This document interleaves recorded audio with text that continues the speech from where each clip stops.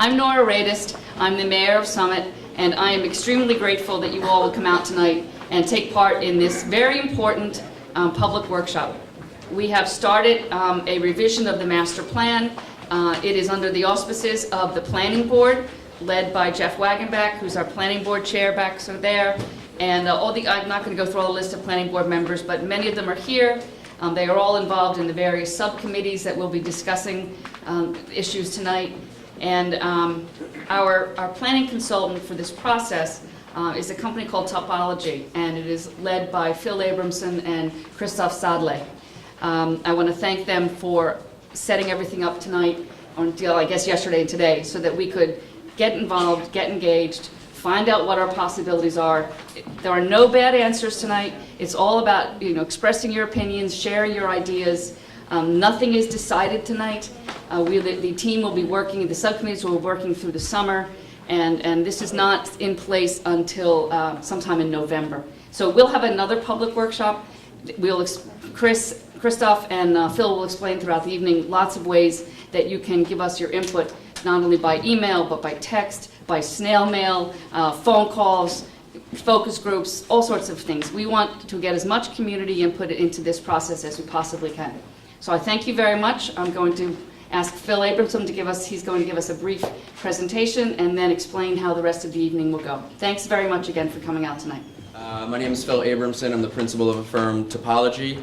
We're based in Newark, but I live in Summit, so I'm one of your neighbors. This is my first time doing a plan where I live, so good to be here. So why are we here? You're going to talk, and we're going to listen, for the most part. But first, some food for thought. We want to look at where does Summit stand today, how are we going to create this master plan, why is it important, and what is working in some other places, like Summit and places that aren't like Summit.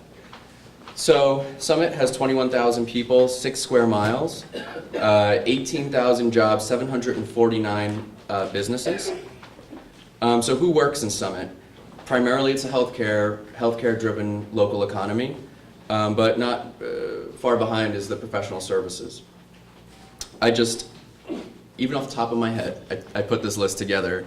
Some great companies, great employers, great opportunities in the city, and these are the employers that keep coming up in the statistics.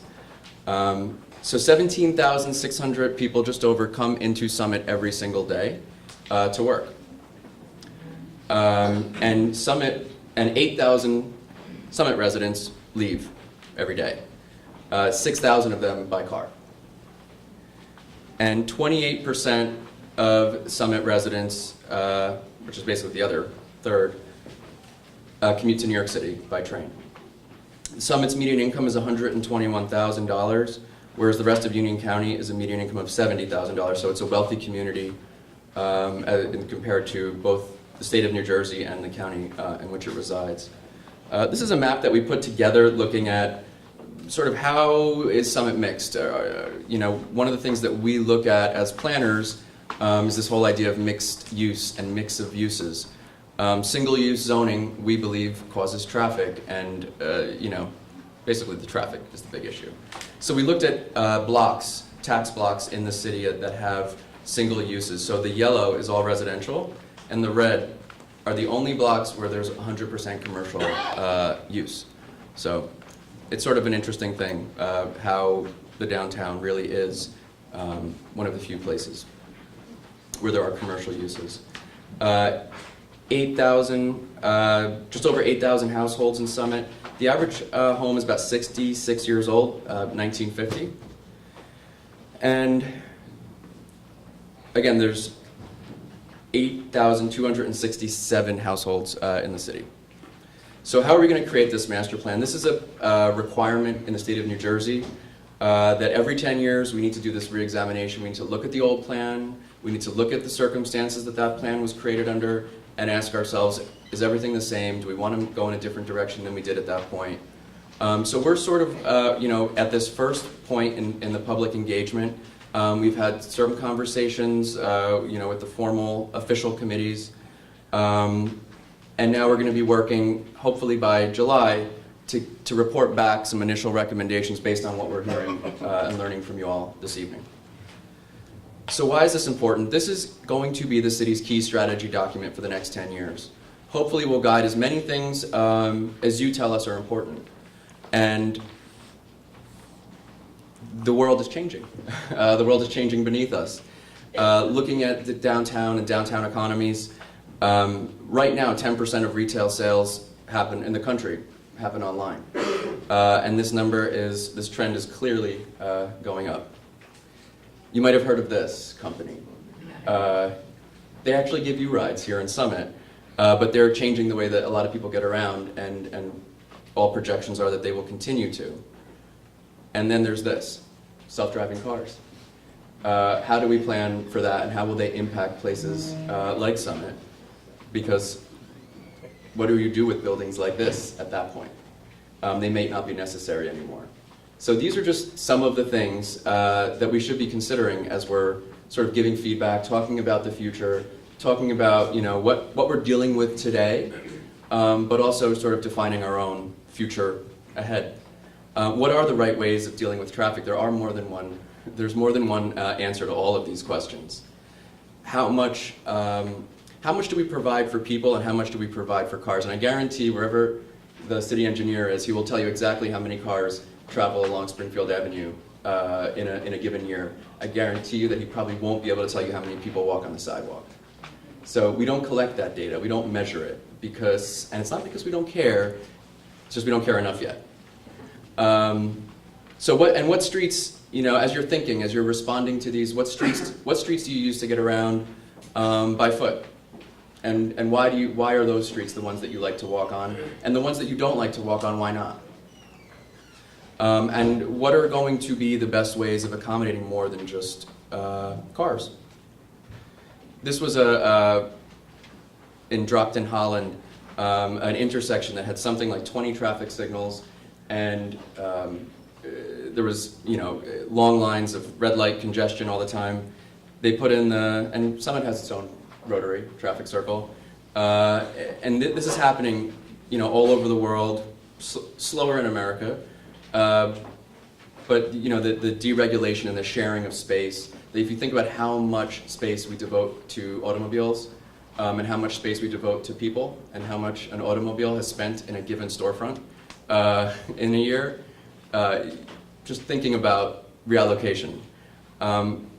This is actually that same city in Dropton. They painted their whole Main Street blue.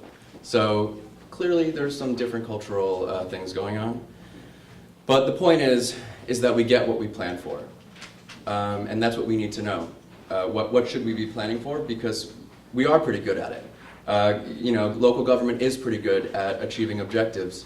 So if the objectives are defined in one way, maybe it's traffic. Because if you plan for cars, you get cars. But if it's about people, you get people, hopefully.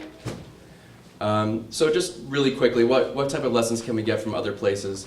This was Times Square, and this is the Times Square that I grew up with, where I think it hasn't been too long where people forget.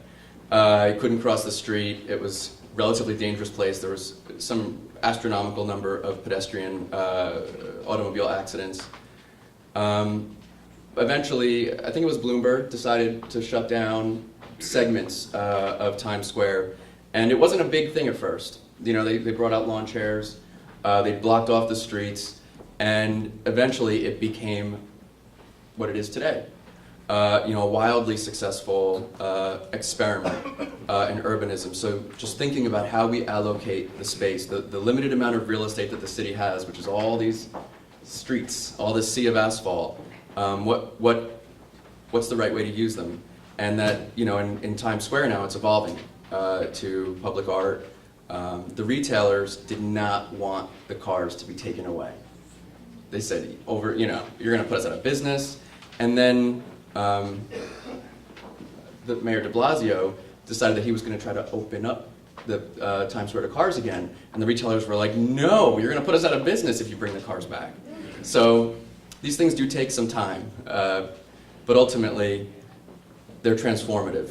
And I think those of us, 8% of us who are in New York City, every day understand that it really has seen a transformation. Times Square alone, some 200,000 jobs are associated through economic studies with the transformation, and an additional $3.2 billion in retail and entertainment sales.